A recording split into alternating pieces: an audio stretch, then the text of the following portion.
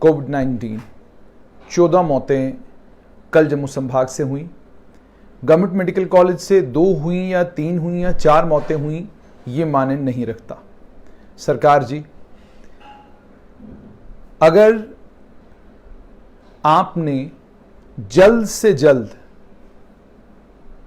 वो तमाम कदम नहीं उठाए जो कदम गवर्नमेंट मेडिकल कॉलेज में ट्रीटमेंट को डिसिप्लिन करने में मददगार साबित हो, तो बहुत बड़ी परेशानी जो है वो जम्मू संभाग में आने वाली है।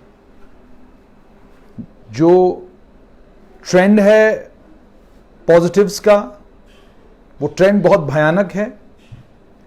जिस तरीके से कोविड पॉजिटिव पेशेंटों की तादाद बढ़ना शुरू हो गई है, वो गंभीर और चिंताजनक है।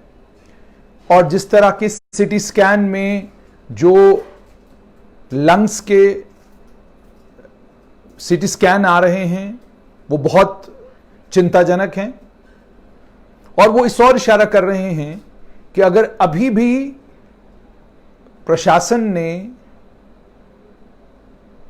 कदम नहीं उठाए और जो जरूरी कदम है वो नहीं उठाए, तो हम एक ऐसी परेशानी में फंस जाएंगे कि उससे निकलना फिर पूरे जम्मू संभाग के लिए जो है वो मुश्किल ही नहीं, नामुमकिन हो जाएगा। Jammu Kashmir high court bar association Jammu के अध्यक्ष एडवोकेट अभिनव शर्मा ने ऑलरेडी ये कहा है कि 2 हफ्ते का लॉकडाउन कर दीजिए ताकि इस कर्व को फ्लैट किया जाए, इन्फेक्शन को फैलने से रोका जाए। अगर आप बाजारों की बदनज़मी देखेंगे, अगर आप सड़कों पर लगने वाले जाम को देखेंगे, कंजेशन को देखेंगे, दुकानों के ऊपर जिस तरीके से भीड़ उमड़ के आती है, अगर उन तमाम चीजों को आप ध्यान में रखेंगे तो इस इन्फेक्शन को अब आप बढ़ने से नहीं रोक सकते। डिप्टी कमिश्नर जम्मू के वो ऑर्डर, जिन ऑर्डर्स में कैटेगोरिक और क्लियरली ये कहा गया था कि गाड़ियां जो हैं रोड साइड नहीं लगाई जाएंगी, पार्किंग्स नहीं होंगी, आप बड़ी बड़ी भीड़ में इकट्ठा नहीं होंगे, उन तमाम चीजों की खिल्ली उड़ाई जा रही है और लोगों को यूं लग रहा है जैसे कोविड-19 ना हो गया, कोई खेल हो गया।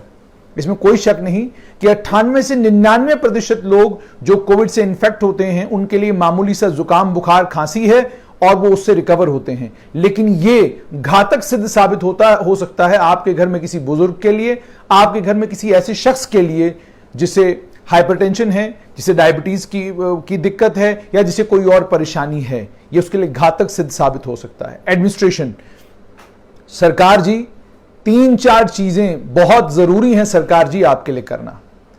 नंबर 1, सरकार जी गवर्नमेंट मेडिकल कॉलेज में कंसल्टेंट और उसके साथ में कंसल्टेंटों की जो अपॉइंटमेंट का सिलसिला है, सुनने में आ रहा है कि वो आपने शुरू कर दिया है, उसे स्पीड अप करने की जरूरत है।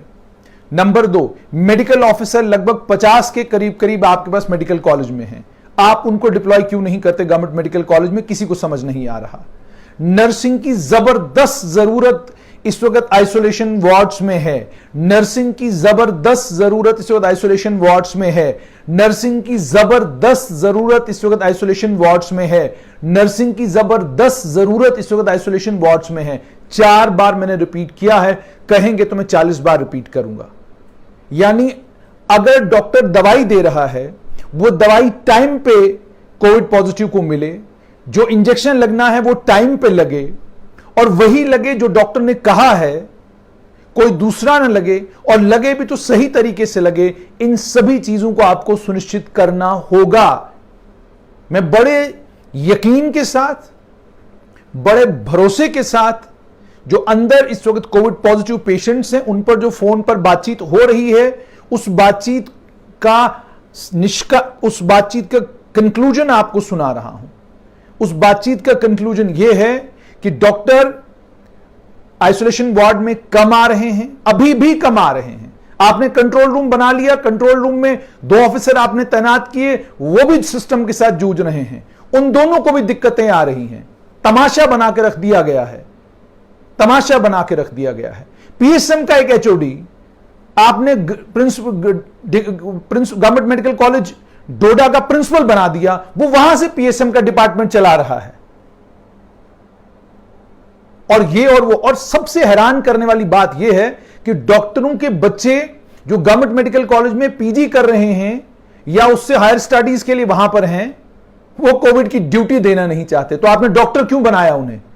आपने बनाना था उनको वकील, आपने उनको पत्रकार बना देना था। क्यों डॉक्टर बनाया आपने? क्यों आपने अपने बच्चे के लिए मेडिकल प्रोफेशन चुना? किस लिए चुना? आज पत्रकार बनने के बाद दिक्कतें और परेशानियां अगर मुझे आ रही हैं तो ये तो मैंने खुद के लिए खुद चुना था ना, किसी ने चुनकर तो मुझे दिया नहीं था। इन्फ्लुएंशियल लोग हैं जी, फला इन्फ्लुएंशियल है जी, ये ड्यूटी नहीं देगी, फला इन्फ्लुएंशियल है जी, ये ड्यूटी नहीं देगी। क्यों नहीं ड्यूटी देंगे? सवाल ये है। आपने कंट्रोल रूम का जिन्हें इंचार्ज बनाया हुआ है वो दिक्कतें और परेशानियां क्यों झेल रहे हैं? वो इसलिए झेल रहे हैं कि आज भी जम्मू कश्मीर में वो वीआईपी कल्चर है, जिस वीआईपी कल्चर में हमें भगत सिंह तो चाहिए लेकिन अपने घर में नहीं, वो दूसरे के घर में चाहिए। कोरोना वॉरियर का सर्टिफिकेट हमें हमारे बच्चे के लिए चाहिए। कोरोना वॉरियर हम अपने बच्चे को बताएंगे, उसका फोटो भी फेसबुक के ऊपर डालेंगे और नीचे लिखेंगे my daughter my son performing corona duties. आज कोरोना ड्यूटीज की जरूरत है। आज आप कह रहे हैं जी मेरे बच्चे की ड्यूटी लगनी नहीं चाहिए। फलां जी फलां गिलानी का रिश्तेदार है जी, फलां फलानी का रिश्तेदार है। ये कोविड है। 14 लोगों की मौत हुई, इससे पहले 14, उससे पहले 20, यानी 3 दिनों में 48 लोगों की मौत हुई है। 48 घरों से 48 उनके लोग चले गए हैं। 48 लोगों की मौत के बाद भी अगर हमारा सिस्टम हिला नहीं है, अगर हमारे सिस्टम में लोग सिस्टम को दुरुस्त करने के लिए दौड़ नहीं रहे, भाग नहीं रहे, अगर हमें यह नहीं लग रहा कि यह जंग है, फिर हम लोग कब जागेंगे? कब जागेंगे? कब हमारी नींद खुलेगी? प्रशासन को भी यह समझना होगा कि टीका टिप्पणी करने से या ये जख्म लगा हुआ है तो थोड़ा मरहम लगा दीजिए ऊपर से या बैंडेड लगा दीजिए, काम हो जाएगा। नहीं होने वाला काम इससे। आज की जानकारी आप तक पहुंचा रहा हूं।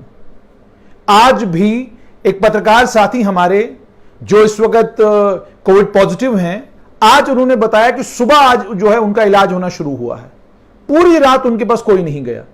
वाह, यह प्रशासन है।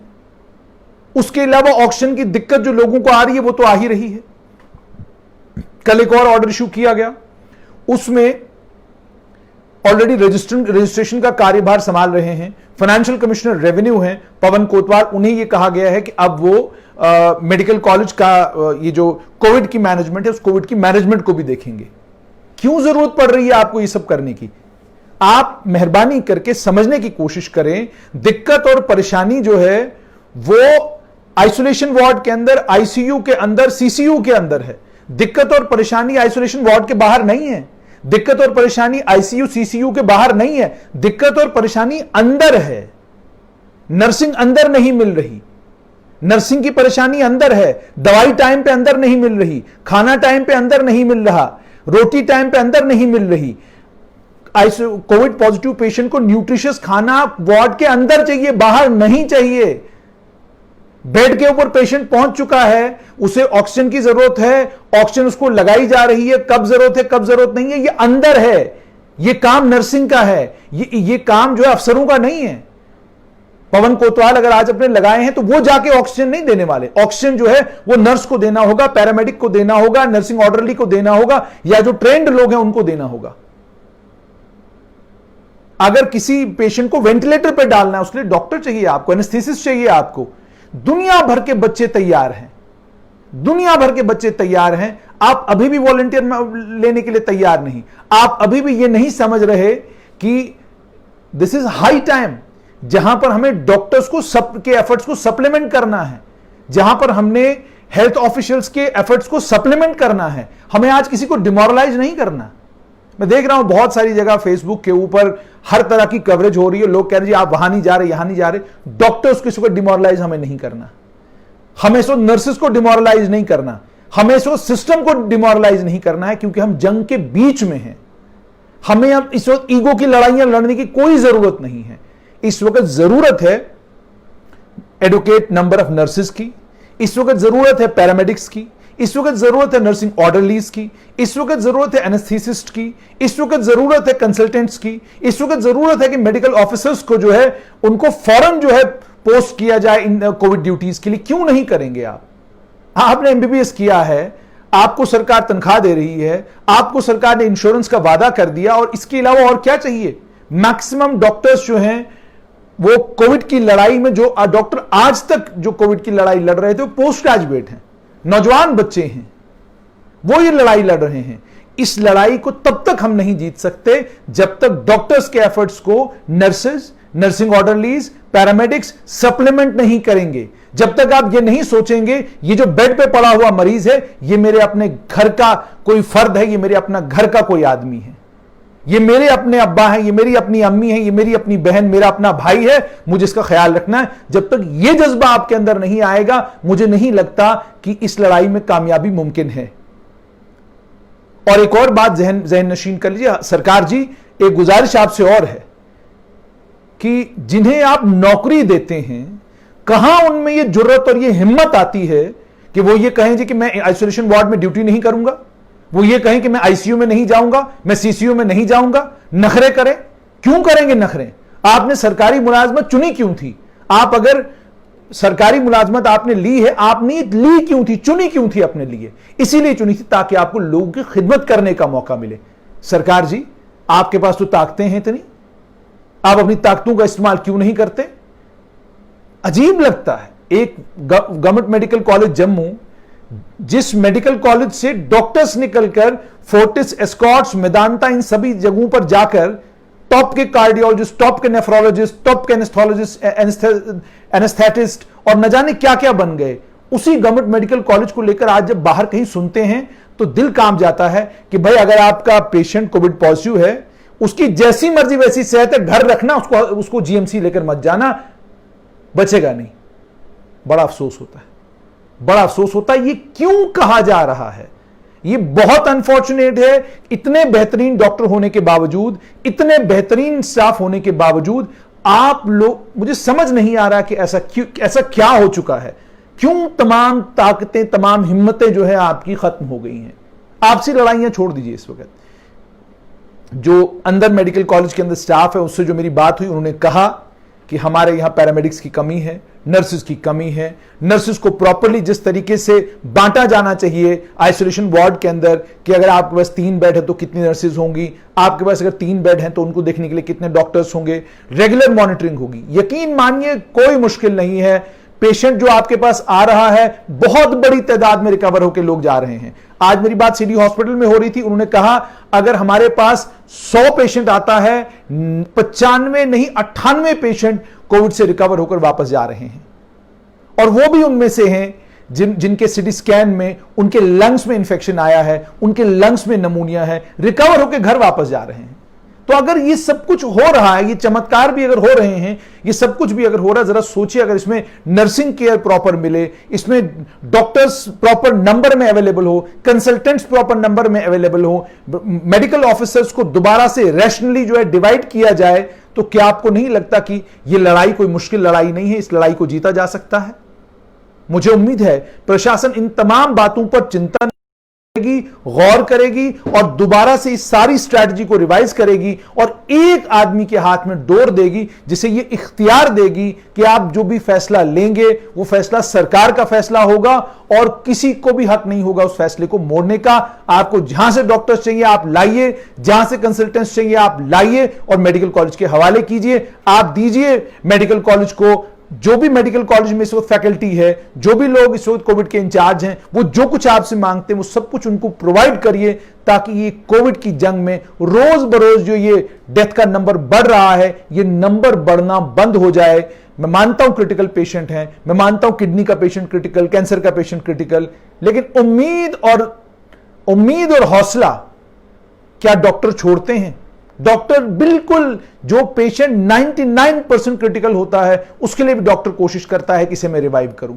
और यही नीयत गवर्नमेंट मेडिकल कॉलेज के डॉक्टर्स की है, फैकल्टी मेंबर्स की है, सबकी है, लेकिन कहीं कोऑर्डिनेशन में कमी है, किसी जगह कोई गड़बड़ है, नर्सिंग प्रॉपरली नहीं मिल रही। यह शिकायत बिल्कुल आम है, हर जगह से यही शिकायत आ रही है कि जनाब ठीक टाइम पे दवाई नहीं मिलती, जनाब ठीक टाइम पे इलाज शुरू नहीं होता, ठीक टाइम पे इंजेक्शन नहीं मिलता, देना इंजेक्शन कोई होता है, दे कोई और देते हैं। मेहरबानी करके सफेद कागज एक रखिए, उसके ऊपर पूरा लिखकर दे दीजिए और समझा के जाइए, ये पेशेंट को ये दवाई, ये पेशेंट को ये दवाई, ये पेशेंट को ये दवाई, ताकि इस तरह की गलतियां ना हो और इस तरह की गलतियों से बचा जाए।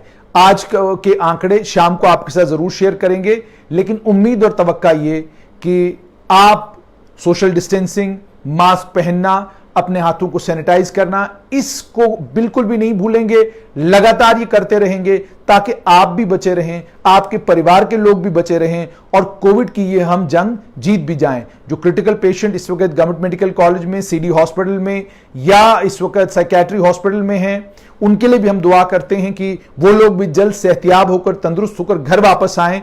और कहानी जैसे मैंने आपको कहा, जहां 14 मौतें हुई, हमें जहां उनका बहुत दुख है, अफसोस है, वहीं पर यह भी सच्चाई है कि लगभग कल के ही दिन 166 के करीब करीब लोग रिकवर होकर घर चले गए।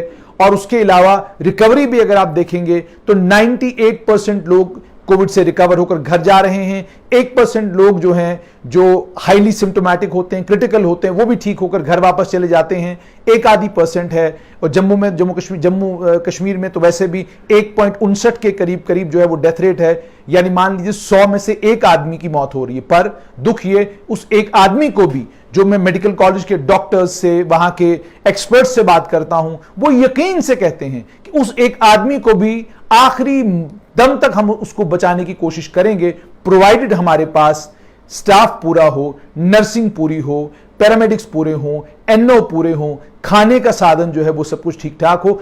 जब तक आप हंगामी बुनियादों पर 2-3 टॉप ऑफिसर्स लगातार इस सारे सिलसिले की मॉनिटरिंग नहीं करेंगे, आगे सर्दी आने वाली है, हालात बद से बदतर हो सकते हैं। उम्मीद ये कि इन तमाम बातों का संज्ञान एडमिनिस्ट्रेशन भी लेगी, डॉक्टर्स भी लेंगे, पैरामेडिक्स भी लेंगे, नर्सेज भी लेंगे और कोशिश ये करेंगे कि बेस्ट पॉसिबल, मैं जानता हूं हालात बहुत खराब हैं, इन खराब हालात के बीच में जो आप कर रहे हैं वो सराहनीय है, लेकिन आपसे उम्मीदें और तवक्काएं बहुत ज्यादा हैं।